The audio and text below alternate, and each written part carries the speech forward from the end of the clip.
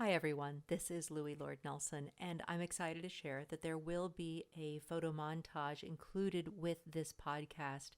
As you will hear during the podcast and at the very end, on recording day, we did not think we would be able to create a photo montage due to safety issues.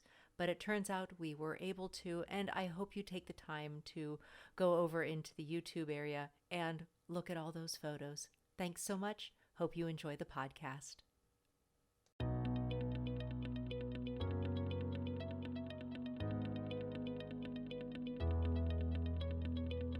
Welcome to UDL in 15 Minutes, where educators discuss their experiences with UDL. I'm Louie Lord Nelson, UDL author and leader. Today, I'm talking with Alaa Zaza, who is a program lead for the Manahel Syria Education Program. Today, Zaza is going to share how UDL has helped Syrian teachers experience a shift in their mindset and design for the barriers students are experiencing. Hi, Zaza, how are you? I'm doing great. Thank you for having me. It's a pleasure to be with you. Oh, you are so welcome. You're so welcome. So, for today's podcast, I want to offer listeners some context about education in Syria right now. And more specifically, what are children and teachers facing, and how has the war affected education? This month marks the 10th year of the Syrian tragedy. So, for the majority of the children we work with, they know nothing but war.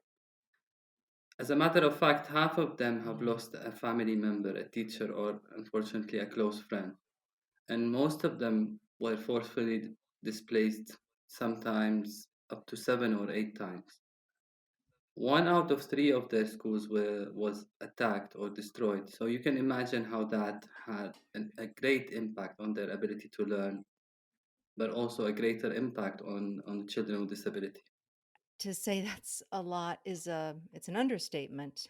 That amount of conflict can create a paralysis in learning and in learning systems. But the work of Mana Health Syria Education Program set out to change that. So, can you offer an overview of this really tremendous project? Sure. So the word Banahel means fountains. It's like fountains of knowledge. And we would like to believe that what our program is bringing to the northwest of Syria is opportunities for inclusive and quality learning opportunities for children in Syria. So Manahel is a 3-year education program funded by the United Kingdom's Foreign Commonwealth and Development Office, and the program provides access to safe and learning opportunities for almost 500,000 children in northwest Syria. Wow, that's that is big. So, for anyone who's interested in reading more about the project, I'm going to put a link to an article in my associated blog. So, one last step before we move into the story that you're going to share, could you share a little bit about your background in education and what brought you to the role that you have? My background is in special education and school social work. I was always passionate about giving children equitable opportunity for their future. But in Syria, we had a very rigid and centralized system with no room for really change. And prior to the war, even simple acts related to awareness raising for the rights of children with disability were restricted and sometimes deemed unlawful. So the system, when it comes to children with disability, was more of a had two boxes within the system where children with disability were completely isolated. And that's not an overstatement, because you would spend all your life as a student, typically developing, without ever meeting a child with disability in your classroom. And the blame was always on the child and not on the system. So this is what motivated me to focus on children rights, particularly those with disability. Wonderful. So let's start with the why of this work. As you described, there are tremendous barriers in education in Syria right now, but you and others focused on what you've called those two boxes within the system and how you set out to create that single box. So could you talk about that effort? I mean, despite all the horrors that Syria witnessed in the last 10 years, teachers kept coming to schools, volunteering. Parents kept holding for a better future for the children, and the children kept coming to school. I think they kept hoping. And what is growing now in Syria is not just fear and hatred, I mean, the way it's reflected in the news, but there's also a call for justice and more tolerance. We saw that with how teachers and the community were more empathetic, and we've seen an increase in empathy toward children with disability, which lowered initial barriers related to attitudes. Our role mainly was to build on that and support teachers and build their confidence that they can um, provide uh, equitable opportunities for children with disability.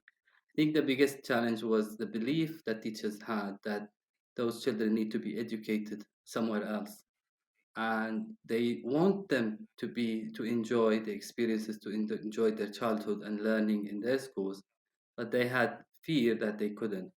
And slowly, with our support, they gradually built that confidence that they can actually do certain adaptations, simple accommodations, with the idea of a universal design for learning. What can we change as teachers in our classroom, in the classroom environment, in the way we teach, in the way we do assessment, that would welcome children with different needs? And this is where we started. But for teachers, they also needed continuous support. They also needed that feeling that if they come across a child that needs more, then that support is provided. And uh, the approach we followed was to integrate child friendly spaces or resource rooms into the schools. So if the student need to be pulled out for additional support, that is available within the same school. And if the child requires even additional support that is beyond the capacity of the school, then we established what we call referral pathways, meaning that there is a link between the school and available services in the community. Now, not all the services are available, but that was a good first step to identify the gap. For example, if a child needs a hearing aid or a child needs speech therapy, then there is a way of seeking that support from outside the school while ensuring that most of the child's time is spent in the school. I'm hearing so many things that definitely tie back to universal design for learning. One of the things that I heard early on when you were sharing is that, helping the teachers and everyone shift from the problem is not in the child, the problem is in the system, and that you all have used universal design for learning, which is built on that premise, to create these environments for these students to be included as much as possible. And also, are teachers thinking about UDL for all of their students? Are they using these practices and strategies that they're learning for everyone? Yes, and this is where we started. We thought that the teachers are the agents of change because when you go at the top of the system, they also blame teachers. They say, we want a change in the policies and practices, but teachers don't, which is not the case in Northwest Syria. So focusing on the teachers helped us to have more advocates for the change. And for teachers, the way they saw UDL was that it helps all children, because in Syria today there are many reasons of why children cannot go to school, and there are many barriers. Not just disability, all children face different challenges, and having that paradigm shift, but also that system of thinking about what can we change so what we do is suitable for a wider range of needs, was crucial in the way we did things, because you might have a child who is displaced, coming from a different area, speaks a different accent. That's a reason for the child to be excluded. And then those simple accommodations or adaptations in the classroom done by the teachers not only help the teacher to build confidence that they can do more, but also help the child to feel more welcome. So we kept building on that thinking process, and with the way we provide support and learning for teachers is through supervision and coaching, which is an ongoing process. It's not a standalone training. So whenever they come to us with, we have these new challenges, we're there for them to say, how about we think of this or that, so we can improve the child's experience in the classroom. I think what's crucial about the process is for teachers to feel supported and to troubleshoot or problem solving on the way. This is how they felt like even if they face a complex situation, they know where to seek the support from, and they start by themselves. What can I do in my classroom to help others? And that also took the form of slowly. We didn't want to complicate, the use of tools, but once we had simple processes in the classroom, we moved to lesson planning, then we moved to curriculum, then we moved to assessment, and we built on each success gradually. So we didn't come with a full complicated plan. We just took it step by step, and each success brought to us another. And then later we linked those practices to the policy level. So we started from bottom, small practices, small changes, then the teachers themselves became advocate. Yes, we can do this, we can do that. And then we open up the discussion about eligibility criteria. Who are the students who should receive individual support? What are the accommodations for assessment? For example, can we add more time for certain children? Can we have a teacher supporting a child while doing the assessment? This sounds simple, but it's a big thing. It's a big shift because there's one way of doing assessment in Syria prior to the war, and it's really rigid. And any attempt to change anything is was perceived as cheating the system or changing a big part of the system. So when they felt like yes, we can do that at different levels, the teacher level, then the local authority level, seeing that this is not coming from an external entity like us, it's coming from teachers, it's coming from parents and other actors in the community, that paved the way for a change that we believe now is more sustainable because it's reflected in a policy, not just practices at school level. Mm. Where I am in my head right now is the similarities and then, of course, the differences in context. But there are so many places that want to adopt universal design for learning and the practices that align and face so many of the same barriers you're talking about. But I'm going to pull one thing out that you described so well, that essentially you and your colleagues scaffolded this entire process for the teachers. You looked at it and you chunked information, put it into small pieces so it was approachable, and you truly empowered the teachers by doing that, which is tremendous. So many people ask, how do we get started with UDL?